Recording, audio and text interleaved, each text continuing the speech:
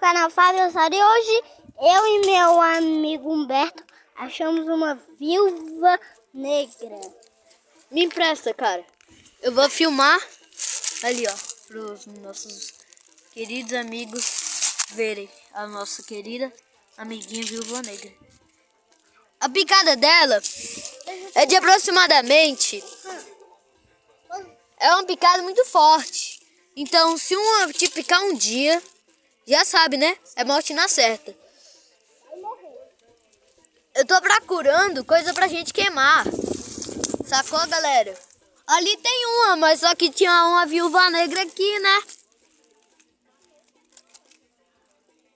Ali é a casinha dela.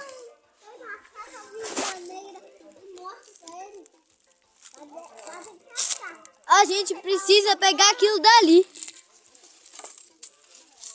Bora lá, filma lá eu queimando nossa picareta. Filma lá eu queimando a picareta.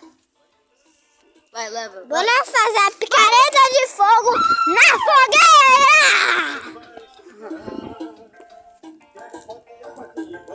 É seu celular aí, viu? É, desencostamos. Oi! Passa aqui. Passa só pelo lado de cá. Passa aqui, vai. Passa só pelo lado de cá. O que você tá fazendo? Tá filmando? É, filmando Humberto a queimar. Vai, Humberto, Só queima! pelo lado de cá, viu? Lá fora, aquele atrás lá do...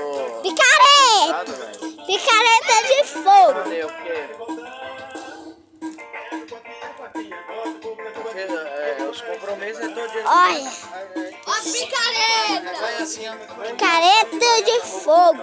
Mostra o cabo! Agora vai ser minha vez, aí você tá falando? Queimou! Não, não. Saiu aqui, a picareta queimou. Acabou. Para, Humberto! Tchau!